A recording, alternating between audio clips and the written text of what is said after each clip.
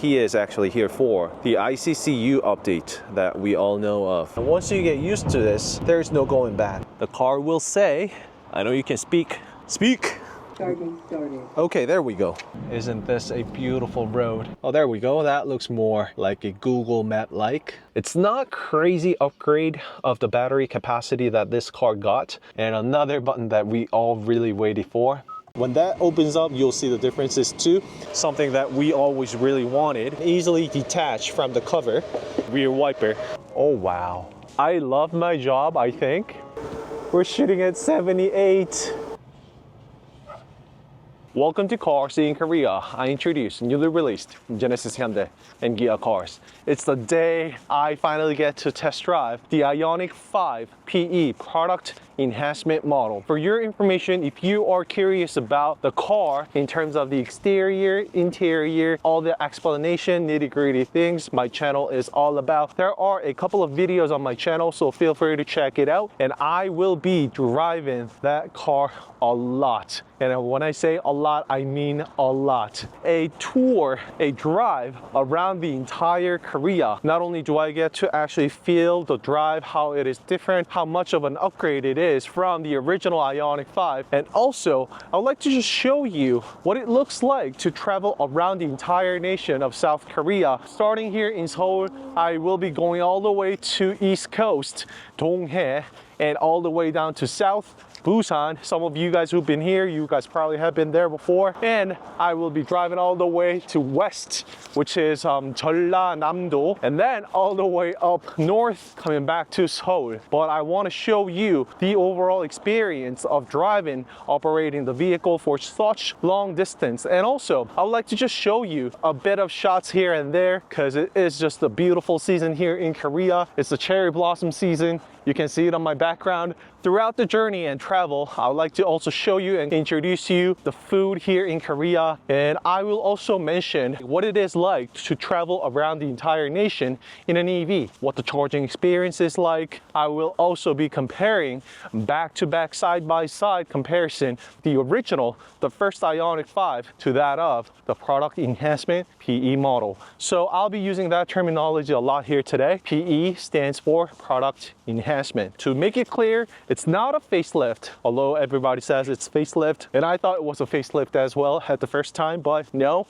it is just a PE product enhancement model. The biggest difference upgrade I would say is definitely the larger battery capacity and size. And I would like to actually show you what the real world driving distance is like. I will have plenty of time and chance. If my calculations add up, I think I'll be charging up about 3 times. And my next stop is East Coast. So I'll see you over there.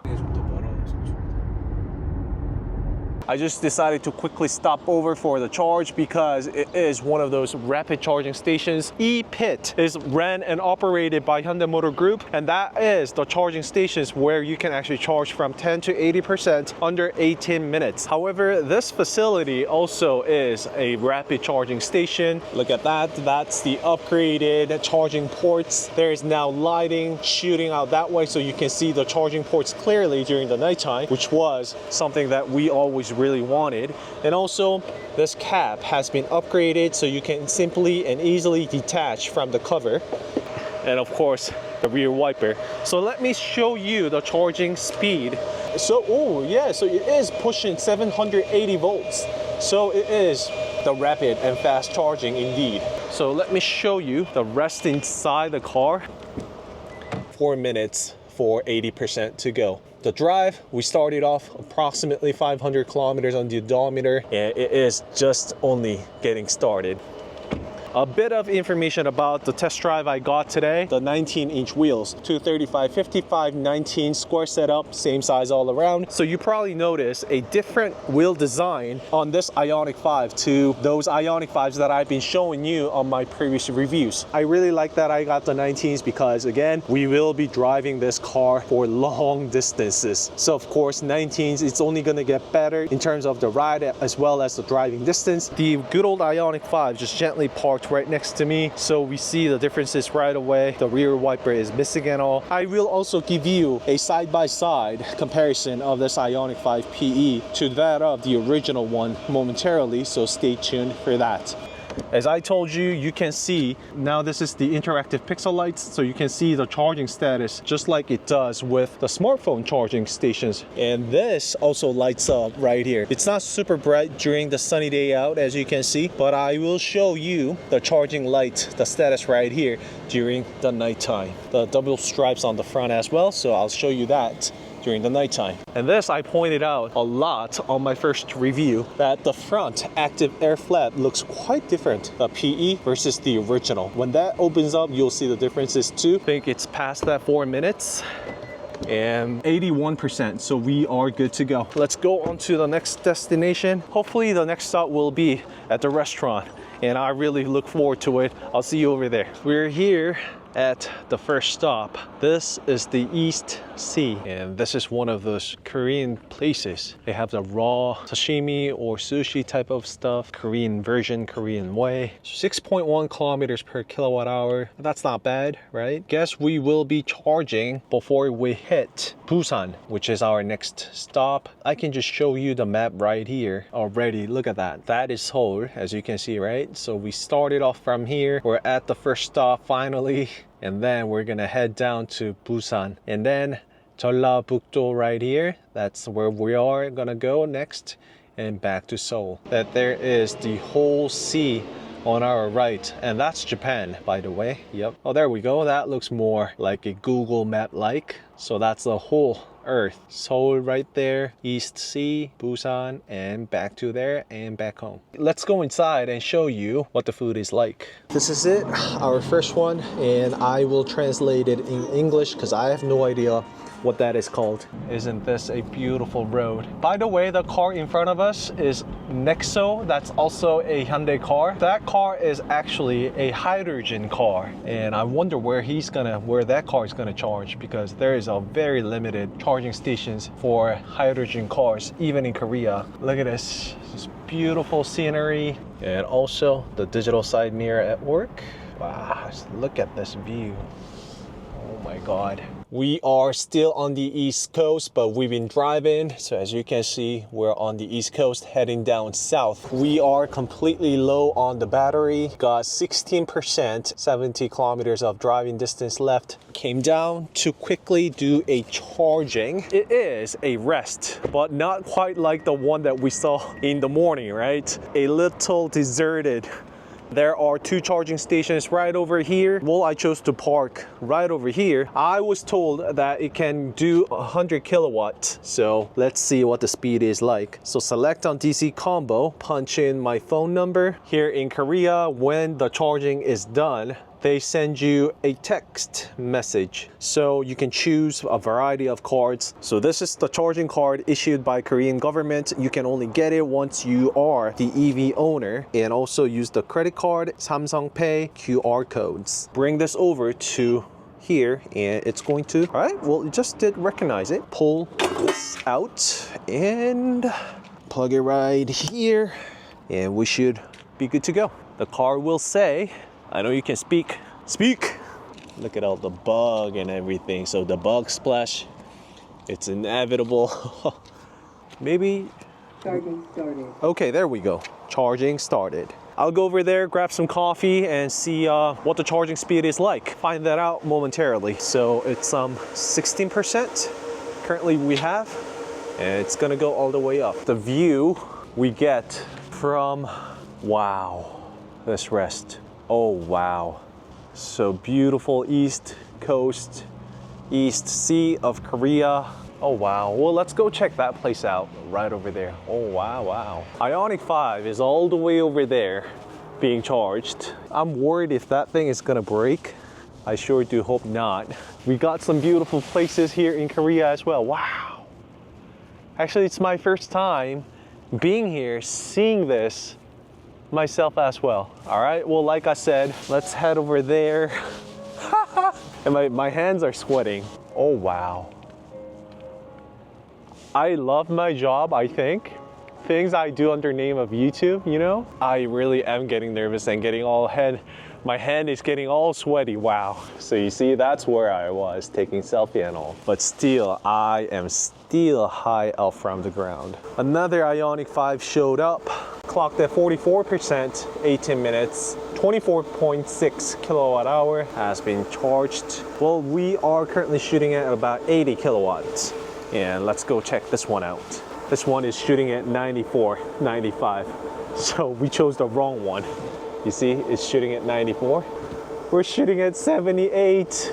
No, should have parked on that one. So this is one of those things here in Korea. I'm not so sure if it's the same thing around the world. When it comes to charging stations like this, you get that most maximum speed possible when you are just charging alone, but not so much the moment another car shows up. Some of the charging stations don't necessarily have any power loss, but well, this is one of the cases we just saw. 46%, 25 minutes to go for 80%, 55 for 100%. I think we will disembark once it hits 80% because we got a long distance to cover. So hopefully by the time we get to the next station, we can fully charge the car, fingers crossed. So we left East Sea, Donghae, heading down to Busan, the most southern part of Korea, and also my hometown. Flying over there, trying to get there ASAP. The ETA is 7:56 in the afternoon. So I actually left Seoul around 11 in the morning. I already have driven 400 kilometers approximately,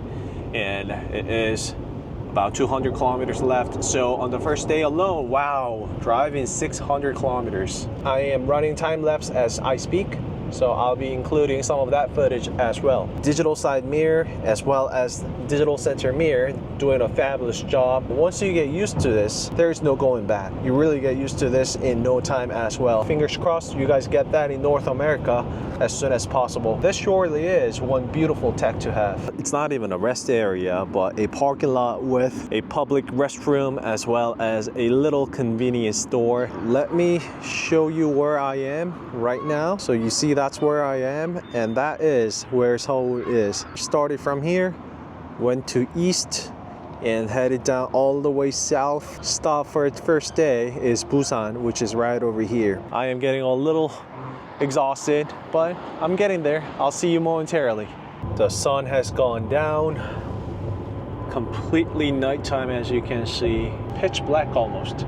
Oh, and actually testing out the IFS, Intelligent Front Light System, and it's working just beautifully. Check it out. On the right, you'll see the signs reflecting, showing, indicating that the IFS is consistently at work. And it's not all that obvious when we have good lightings like the highway we are on, but I will show you when I get the chance when we go into a mountainous area where we don't have much lighting there. This is my hometown, Busan, and we are on top of the Gwangwon Ocean, and this is Gwangwon Bridge, one of the most popular bridge here in Korea, traveling right above the ocean, as you can see. City of Busan also decorate this place up really nicely. They put up a lot of shows, the fireworks. So look at that. This is a beautiful place. Check this out. Just beautiful, beautiful city.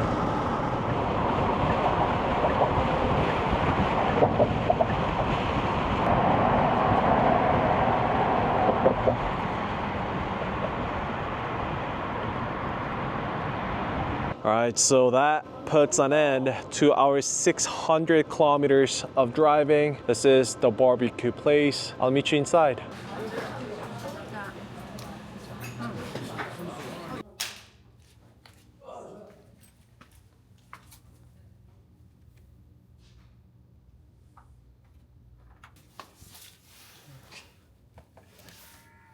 This is the day 2. As you can see, interactive pixel lights fully on, and the car has been fully charged at 100%, 560 kilometers.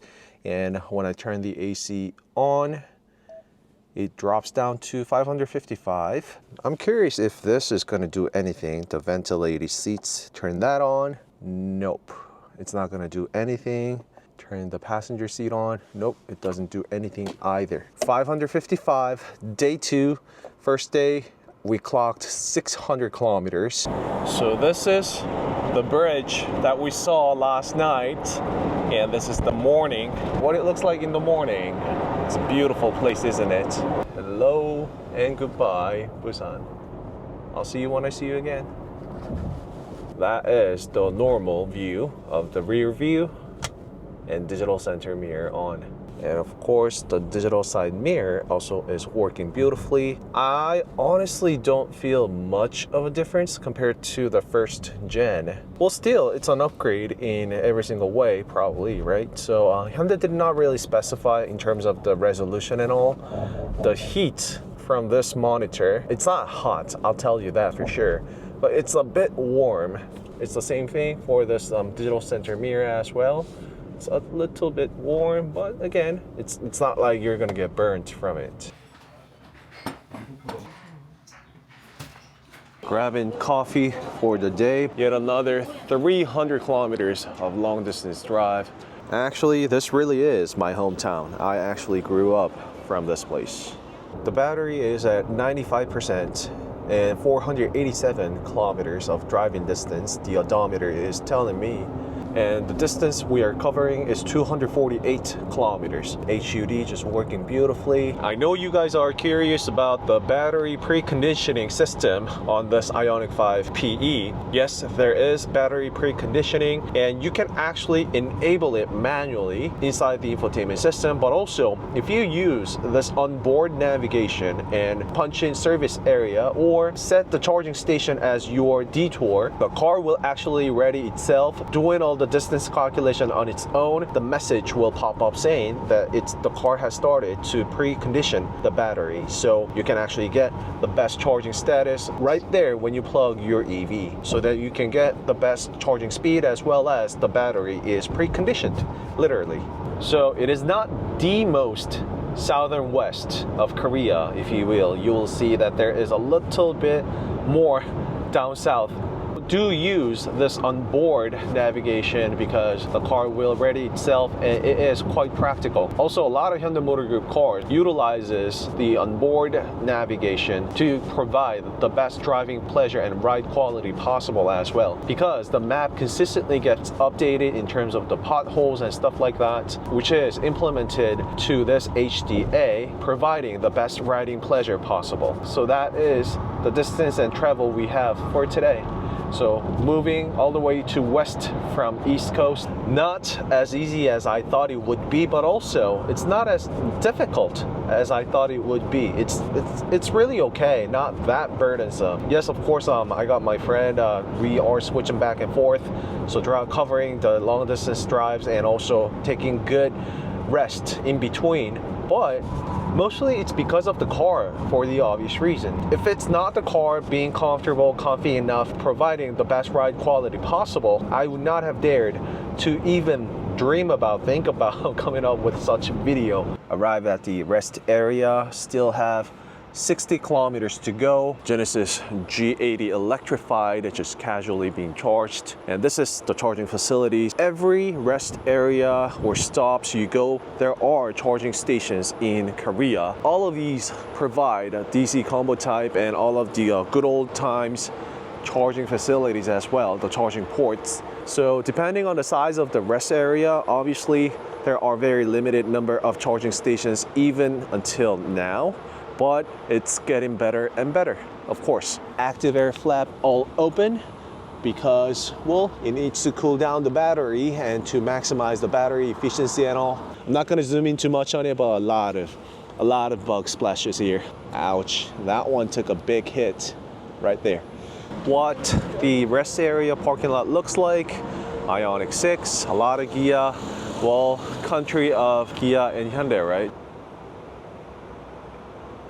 G80 Electrified, currently charging. I'm curious about the charging speed right there. So it's getting 400 volts. So there is the whole EV tab dedicated. Once you go inside, this is the UI that we are used to seeing. So very direct and intuitive, the battery SoC and the distance you can go, all of that self-explanatory. Well, the fun factor, the interesting thing is that there's only 2 kilometers difference with the AC on and off. So it's not like a dramatic change. We've been having the AC on the whole time. 246, let me actually turn it off. 247, and then turning it back on, 245. Really? Only 2 kilometers difference. Wow, that's quite surprising actually. So there is no crazy drop change, dramatic change that we used to see, no more. And underneath, there's a whole other buttons. So drive terrain is using 95%, electronics 3%, charging our phones and stuff inside the vehicle eat up quite a lot of battery than I thought. So the climate control used only 2%, whereas, wow, I actually spent 3% of the battery on the electronics. Interesting. So the battery care probably is the preconditioning and everything, I guess. Next, departure time. We can schedule the charging time, as we all know, the charging current. So you can change all of that. Charging connector locking mode while charging, always do not lock. The charging limit, and you can also set the charging limit to whichever the limit you want to set it to, 70, 80, and all the way to 100%. AC charger, all of this, you can do it. V2L, the minimum battery required, 20%.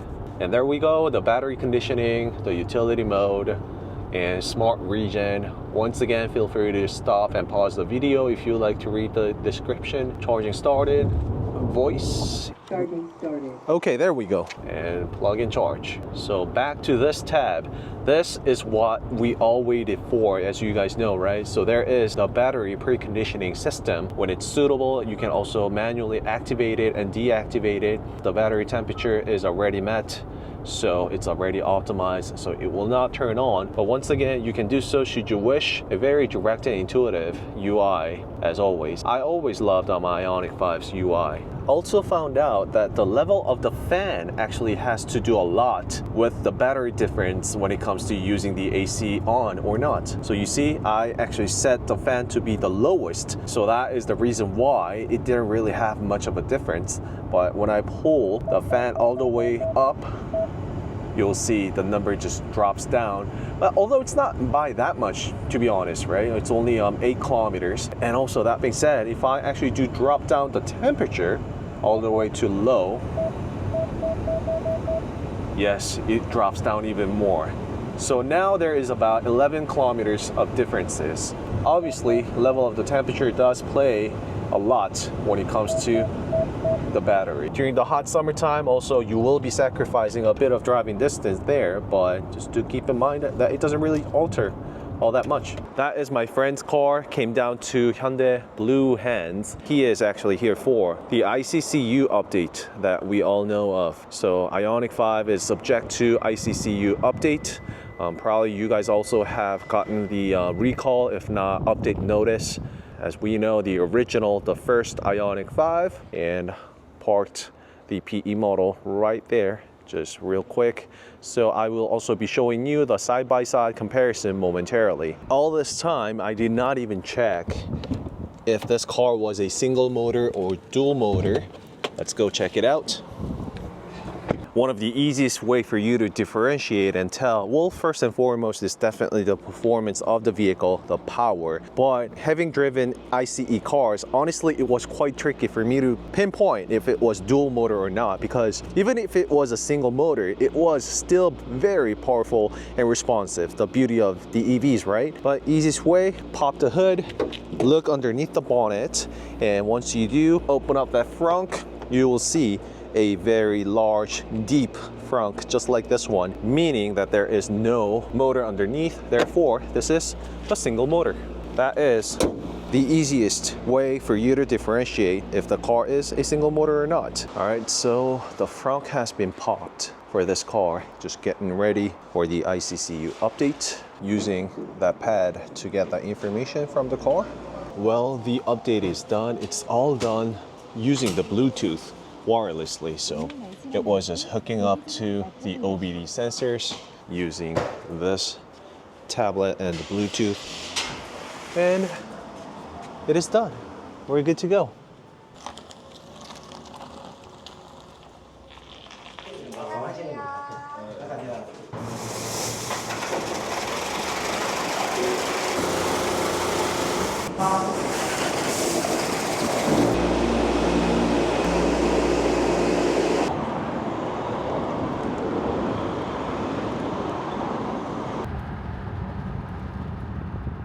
the drive of the day, and we are right here southwest of Korea, and we will be driving back home, back up north tomorrow. And as you can see on my background today, I have two IONIQ 5. One on the left is 2023 IONIQ 5, so no IFS and IFS. Oh my god.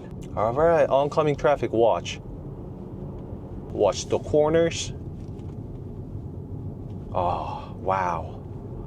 So there is the charging port on the wall. Beauty of having a charger at your home. The car is up and running. 10 hours and 50 minutes to go. 24%, 117. And you see right here, the pixelated lights indicate that the car is currently being charged. The one pixel just actually became a solid light. Oh, so each of the dot indicates 25%. For the obvious reason, right? So this is another really easy way for you to tell. If you see two solid lights right here, it means you have 50% or more and less than 75%. Finally, heading back home, all the way from southwest, now heading back up north to Seoul, yet another 229 kilometers.